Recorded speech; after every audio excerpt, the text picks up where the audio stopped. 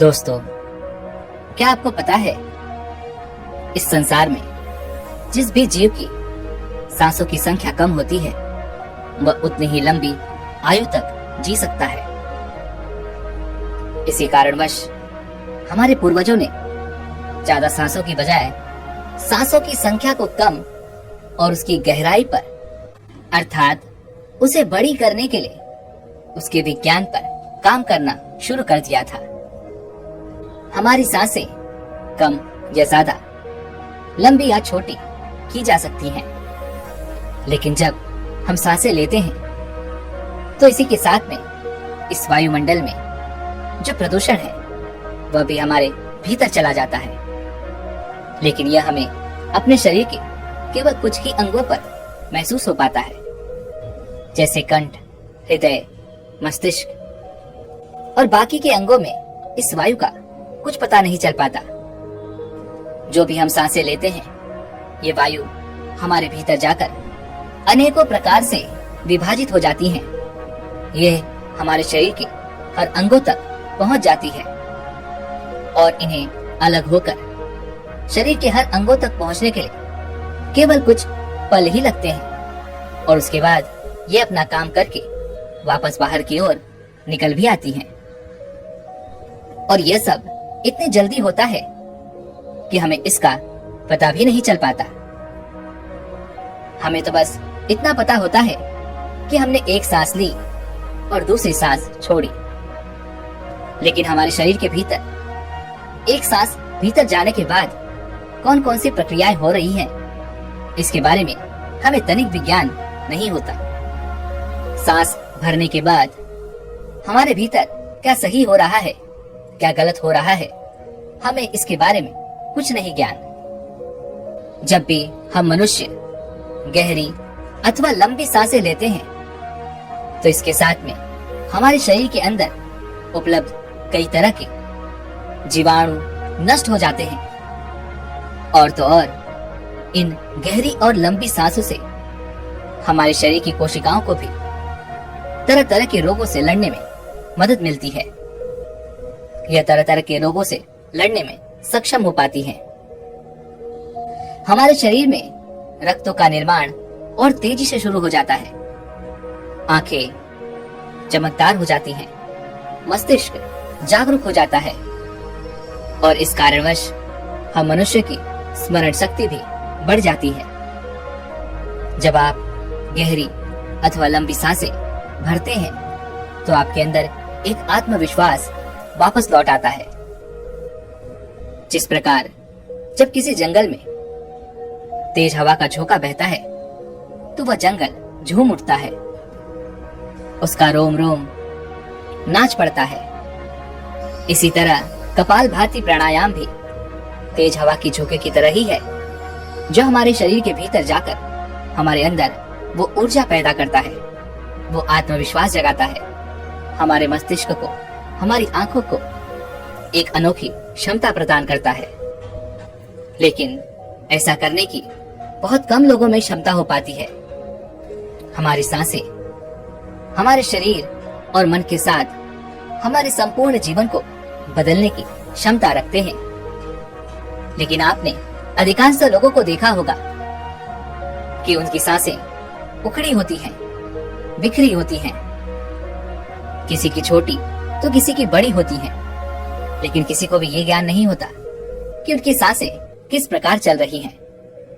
जब हमारे मन में क्रोध का भाव उत्पन्न होता है तो उसी के साथ में हमारी सांसों का रूप भी बदल जाता है। जब हमारे मन में काम वासनाएं जैसी भावनाएं उत्पन्न होती हैं तो उसके साथ ही हमारी सांसें कुछ अलग ढंग से नजर आती हैं। इसी प्रकार हम मनुष्य के मन में जिस प्रकार के भाव उत्पन्न होते हैं, ठीक उसी प्रकार हमारी सांसें भी चलने लगती हैं। हमारी सांसें बदलती रहती हैं और इतना ही नहीं, इन्हीं सांसों पर हमारी शारीरिक और मानसिक स्थिति निर्भर होती है। इसलिए यदि हम सही तरीके से अपनी सांसों का इस्तेमाल करें, उन्हें सही तरीके से अपने भीतर भरना सीख जाए तो हमारा जीवन चमत्कार की तरह बदलना शुरू हो जाएगा। आज की जो कहानी मैं आपको सुनाने जा रहा हूँ इस कहानी के माध्यम से हम यही समझेंगे कि किस तरह से हमारी सांसें हमारे पूरे शरीर पर प्रभाव डालती हैं और ये हमारे लिए कितनी महत्वपूर्ण है। बहुत समय पहले की बात है, एक साधु अपने आश्रम में छात्रों को योग, ध्यान और प्राणायाम की शिक्षा दिया करते थे। वह खुद एक बहुत बड़े योगी थे। उन्होंने अपनी यह शिक्षा हिमालय की गुफाओं में साधना करते हुए प्राप्त की थी। वह साधु बहुत अनुभवी थे। उनका वह ज्ञान सीखने दूर दूर से लोग उनके पास आया करते थे और वह साधु भी अपने इस ज्ञान को लोगों तक फैलाना चाहते थे और इसके लिए वह लोगों को शिक्षा प्रदान किया करते थे। एक दिन की बात है, रात्रि का समय था और भोजन के पश्चात उन्हीं के आश्रम का एक शिष्य उनके पास पहुंचा, जो बहुत बुद्धिमान था, होनहार था। उसे देखते ही वह साधु ये समझ चुके थे कि इसके मन में कई सारे प्रश्न उठ रहे हैं जिन्हें आज ये मुझसे जानना चाहता है।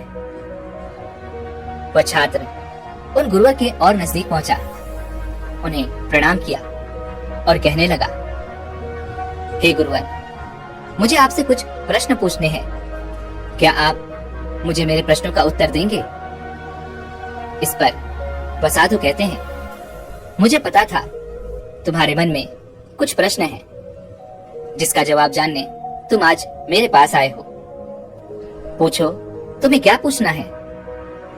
इस पर वह शिष्य अपने गुरुवर से कहता है, हे गुरुवर, आप हमेशा बस एक बात कहते हैं, योग, ध्यान, प्राणायाम का मूल आधार है और जब हम अपनी सांसों पर काबू पा लेते हैं, अपनी सांसों को नियंत्रित करने में कामयाब हो जाते हैं, तो हमारे मन के सारे विचार नियंत्रित हो जाते हैं और तब हम उन्हें अपने हिसाब से देख और समझ पाते हैं।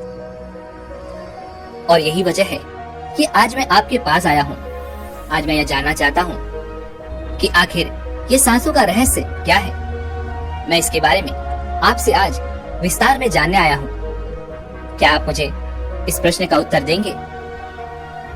इस पर वह साधु कहते हैं, जैसा हमारा मन होता है, ठीक उसी प्रकार हमारी सांसों की गति भी होती है।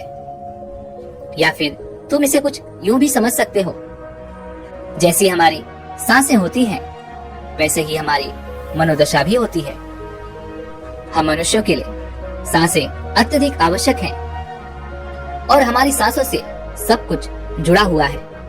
जो हमारे भीतर घट रहा है और जो हमारे बाहर घट रहा है, यह सब कुछ उसी से जुड़ा है और जो आने वाले समय में घटने वाला है, यह सब कुछ हमारी सांसों से ही जुड़ा हुआ है। हमारे जीवन की हर एक छोटी से छोटी और बड़ी से बड़ी घटना हमारी सांसों से गहरा संबंध रखती है। अर्थात कि अपनी सांसों की गति पर नियंत्रण करके हम अपने मन और अपने विचारों को नियंत्रित कर सकते हैं।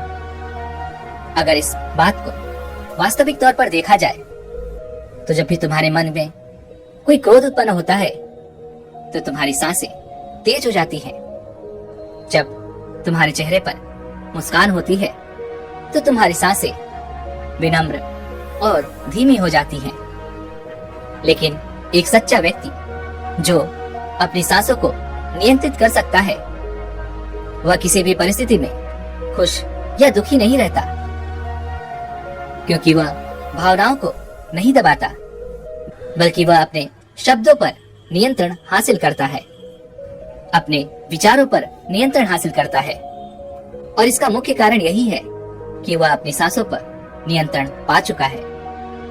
जिस भी व्यक्ति की सांसें नियंत्रित हो, उसके पास सभी की समस्याओं का समाधान अवश्य मिल जाएगा। और जो व्यक्ति सांसों को सही ढंग से लेना सीख जाता है, वह व्यक्ति 200 से 300 सालों तक भी जीने में सक्षम हो जाते हैं। इस पर वह शिष्य अपने उन गुरुवर से कहता है, हे गुरुवर, पर यह कैसे संभव है? मैंने जहाँ तक देखा है कि एक व्यक्ति केवल 80 से 100 सालों तक ही अपने जीवन को जी पाता है, उसके बाद उसकी मृत्यु निश्चित है। तो ऐसे में कोई व्यक्ति 200 से 300 सालों तक कैसे जी सकता है? तभी वह साधु मुस्कुराते हुए अपने छात्र से कहते हैं, क्योंकि वह सही ढंग से अपनी सांसें लेना जानते हैं, जिसे हम प्राण ऊर्जा भी कहते हैं। ऐसे कई महान पुरुष तुम्हें अपने आसपास मिल जाएंगे, जिन्हें इस बात का ज्ञान है कि हमें कब कितनी सांसें लेनी है और कितनी छोड़नी है। उन्हें इतना अनुभव हो चुका है कि उन्होंने इस चीज पर महारत हासिल कर ली है, और यही कारण है कि वे लोग इस ऊर्जा का उपयोग अपने हिसाब से करते हैं, अपने जरूरत के हिसाब से, जो उन्हें दीर्घायु भी बना सकता है। यदि तुम भी अपने शरीर को स्वस्थ रखना चाहते हो तो तुम्हें अपनी सांसों पर ध्यान देना होगा, अपनी सांसों को स्वस्थ रखना होगा, उसे समझना होगा, उसे नियंत्रित करना होगा। और जब एक बार तुम अपनी सांसों को नियंत्रित कर लेते हो तो उसके बाद तुम्हारे जीवन में कोई समस्या नहीं रह जाती, ना ही कोई परेशानी रह जाती है।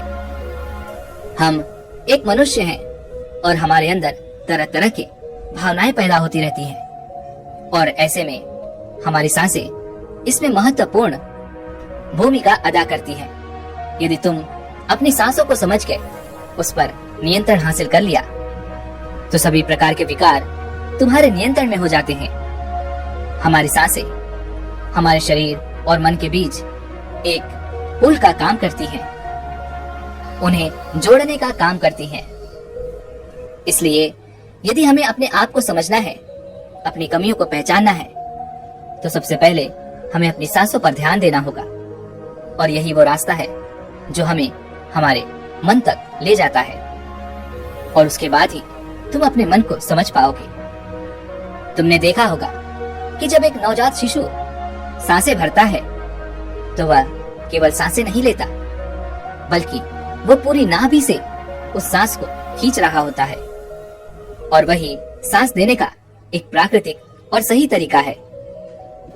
जब वह नवजात शिशु इस प्रकार सांसें भरता है तो उसका शरीर और मन उत्साह से भरा रहता है, वह बहुत हल्का महसूस करता है, और उसका शरीर भी प्राकृतिक ढंग से ठीक ढंग से काम करता है।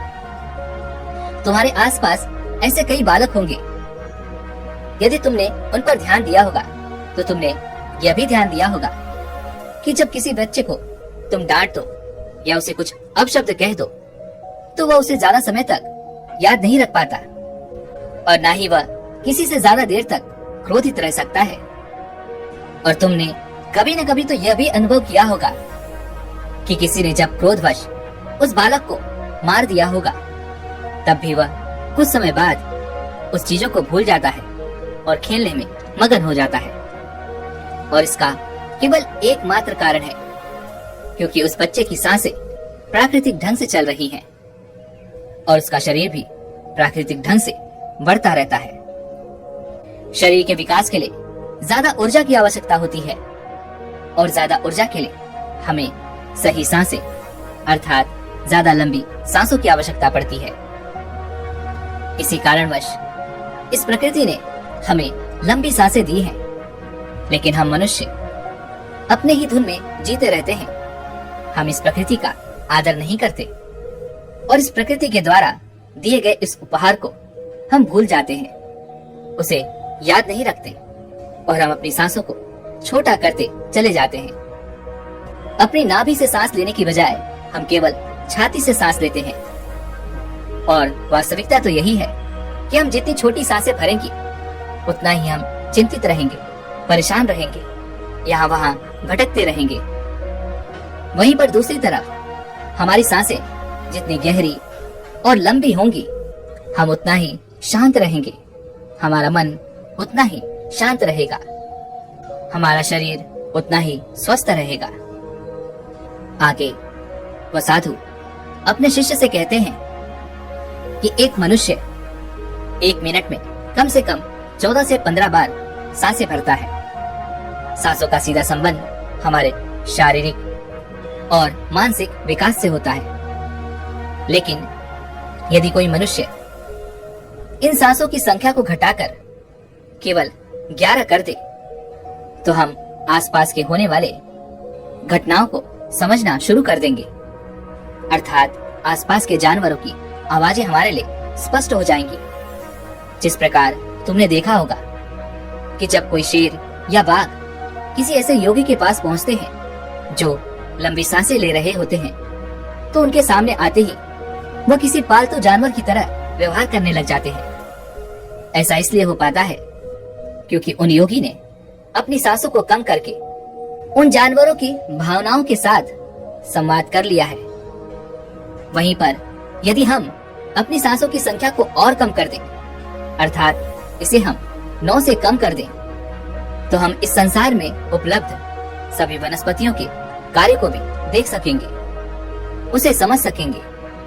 और वहीं पर यदि हम अपनी सांसों की संख्या को 6 से कम कर दें, तो हम इस संसार में उपलब्ध सभी निर्जीव चीजों के बारे में भी अच्छी तरह समझ सकते हैं। उनके द्वारा उत्पन्न होने वाले कंपन हमारे लिए स्पष्ट हो जाते हैं। या फिर इसे यूं भी कह सकते हैं कि हम ब्रह्मांड की इस स्थिति को समझ सकते हैं। और ऐसी ही स्थिति में पहुंचकर कुछ ऋषि मुनि इन स्थितियों की भविष्यवाणी भी करके दिखा देते हैं। ठीक इसी प्रकार यदि हम भी चाहें तो अपनी सांसों को नियंत्रित कर सकते हैं। यदि हम स्थिर रहें, हमारा शरीर जितना स्थिर होगा, हम उतनी ही कम सांसें लेंगे। और अगर हम अपने पूरे शरीर को स्थिरता के एक निश्चित स्तर तक ले जाएं, तो हमारी सांसें अत्यधिक कम हो जाएंगी और हमारे अंदर बोध बढ़ता चला जाएगा। दोस्तों, आपने तो देखा ही होगा कुछ ऐसे ऋषि मुनि हैं जो योग विद्या का इस्तेमाल करके अपनी सांसों को नियंत्रित करके ऐसी कई चीजें करके दिखा देते हैं जो एक साधारण इंसान के बस की बातें नहीं है। और योगिक परंपरा में तो ये भी कहा जाता है कि अपनी सांसों को घंटों तक रोककर एक आदमी नई मानवीय आयामों का अनुभव कर सकता है। ऐसी कई जानलेवा बीमारियां जिससे एक मनुष्य के प्राण जा सकते हैं, जिसका कोई इलाज नहीं होता, उन्हें केवल अपने मन और दिमाग पर नियंत्रण रखकर उसका इलाज किया जा सकता है। अपनी सांसों को नियंत्रित करके मानसिक स्थिति की उस स्तर तक पहुंचा जा सकता है जहां जीवन में आने वाले उतार चढ़ाव, तकलीफें, परेशानियां उस मनुष्य को कभी परेशान नहीं कर सकती। हो सकता है जो बातें आज मैं आपको बता रहा हूँ, इन बातों पर आपको यकीन ना हो, आप इसे अंधविश्वास कहकर नकार दें। कुछ लोग हो सकता है कि इसे झूठ कहें, और हो सकता है कि कुछ लोगों को ये सारी बातें केवल एक कहानी लगे।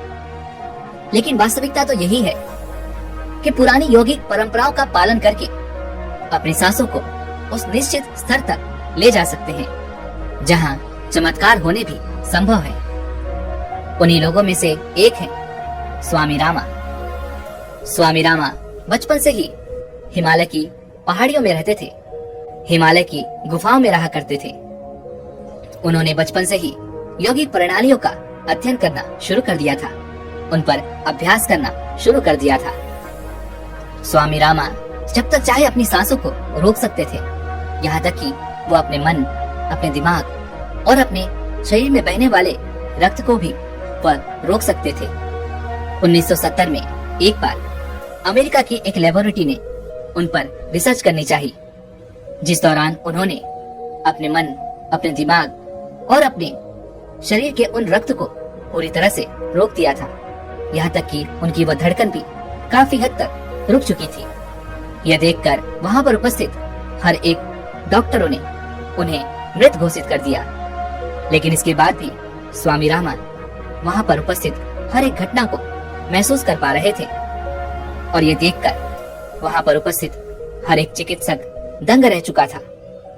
साथ ही साथ स्वामी रामा अपने शरीर के भीतर उपलब्ध ट्यूमर को भी अपनी मर्जी से घटा और बढ़ा सकते थे। यह सब देखकर वहाँ पर उपस्थित हर एक चिकित्सक पूरी तरह से दंग रह चुका था। जहाँ हर किसी को ये सारी बातें अंधविश्वास लगती थी, पाखंड लगता था, आज हर कोई उस पर यकीन करने लग चुका था। एक भीतरी विज्ञान जो किसी भी इंसान से परे है, और अगर हम स्वामी रामा की बात करें तो उन्होंने यह भी कहा था कि यदि आपके भीतर ऐसी कोई बीमारी है जिसका इलाज आज विज्ञान के पास भी नहीं है, तो आप उसे अपनी सांसों के माध्यम से ठीक कर सकते हैं। लेकिन इसके लिए आपको अपनी सांसों पर नियंत्रण पाना होगा। आगे वह साधु अपने उस शिष्य से कहते हैं, जब हमारी सांसें अस्थिर होती हैं, तो हमारा मन भी अस्थिर हो जाता है, लेकिन जब हमारी सांसें शांत हो जाती हैं, तो हमारा मन भी शांत हो जाता है। इसलिए हमें अपने स्वास्थ्य पर नियंत्रण करना सीखना ही चाहिए। आगे वह गुरु अपने उस शिष्य से कहते हैं, तुम्हें क्या लगता है, तुम जितनी सांसें अपने भीतर भरते हो, क्या तुम उस पूरी सांस को बाहर निकाल पाते हो? हे गुरुवर, मुझे नहीं पता। इस पर वह साधु अपने उस शिष्य से कहते हैं, जब तुम सांसें अंदर भरते हो तो इसकी लंबाई करीबन 10 अंगुल होती है, और यहाँ पर 1 अंगुल का अर्थ है 1 उंगली। वहीं पर जब हम अपनी सांसें बाहर निकालते हैं तो इसकी लंबाई 12 अंगुल हो जाती है। इसका अर्थ ये हुआ कि जब भी हम अपनी सांसें लेते हैं तो ये छोटी होती हैं और निकालते वक्त लंबी हो जाती हैं, क्योंकि जब भी हम कोई कार्य कर रहे होते हैं तो ऐसे में हमारी सांसें भीतर कम जाती हैं और बाहर अधिक निकलती हैं। और यदि आप कुछ ऐसा कार्य कर रहे हैं जिसमें आपको अधिक मेहनत करनी पड़ रही है, 16 से 17 अंगुल की हो जाती है। और यदि आप तेजी से चलने का कार्य कर रहे हैं तो ऐसे में आपकी सांसें जो बाहर निकल रही हैं, इनकी लंबाई करीबन 22 अंगुल तक हो जाती है। और यदि आप तेजी से दौड़ रहे हैं तो ऐसे समय पर आपकी सांसें जो आपके भीतर से बाहर निकलती हैं, इनकी लंबाई करीबन 45 से 50 अंगुल की हो जाती है। इसलिए हमें अपनी सांसों पर नियंत्रण रखना चाहिए। इसलिए हमारे पुराने शास्त्रों में भी यह बात कही गई है कि हमें अपने क्रोध पर नियंत्रण रखना चाहिए। ये जो प्राणवायु है, यही प्राणवायु हमारी प्राण शक्ति को छीड़ कर देती है। एक बार की बात है, एक बार एक 200 वर्षीय व्यक्ति से उसकी लंबी आयु का राज पूछा गया। इस पर वो व्यक्ति कहता है कि नाभि तक भरकर सांस दो और अपनी रीढ़ की हड्डी सीधी रखो। सुनने में तो यह हमें बहुत साधारण सी लग रही होगी, लेकिन योग के हिसाब से देखा जाए तो ये दोनों बातें बहुत महत्वपूर्ण हैं। वास्तविक तौर पर हम जो सांसें भीतर लेते हैं, इसकी लंबाई कम और बाहर निकलने वाली सांसों की लंबाई अधिक होती है। यदि हम किसी तरीके से, किसी उपाय से बाहर निकलने वाली इस प्राणवायु की लंबाई को कम कर दे तो हमारी आयु लंबी हो सकती है।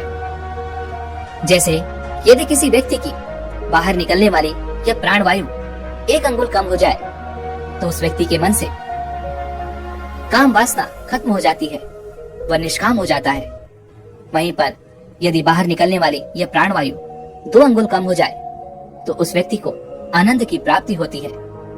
इसी प्रकार यदि किसी व्यक्ति की यह निकलने वाली प्राणवायु 3 अंगुल कम हो जाए तो उसकी लेखन शक्ति बढ़ जाती है।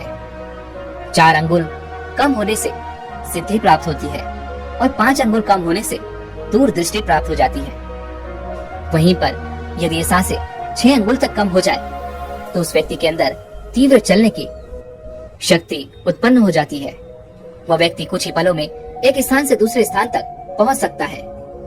और यदि कोई व्यक्ति अपनी इन निकलने वाली सांसों को 8 अंगुल तक कम कर दे तो उसे 8 सिद्धियां प्राप्त हो जाती हैं। और ये 8 सिद्धियां हर एक व्यक्ति के अंदर होती हैं। बस जरूरत है तो हमें इन्हें जागरूक करने की। और यदि कोई व्यक्ति इन सांसों को 12 अंगुल तक कम कर दे तो ऐसा व्यक्ति इच्छा मृत्यु को प्राप्त कर सकता है।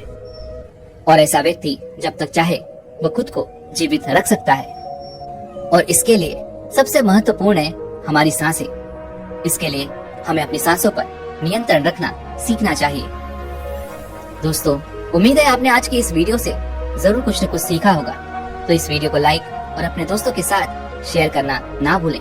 और हमें ऐसे ही सपोर्ट करने के लिए चैनल को सब्सक्राइब और घंटी बटन को भी जरूर दबा दें। चलिए मिलते हैं इस एक और वीडियो में। तब तक के लिए अपना ख्याल रखें। धन्यवाद।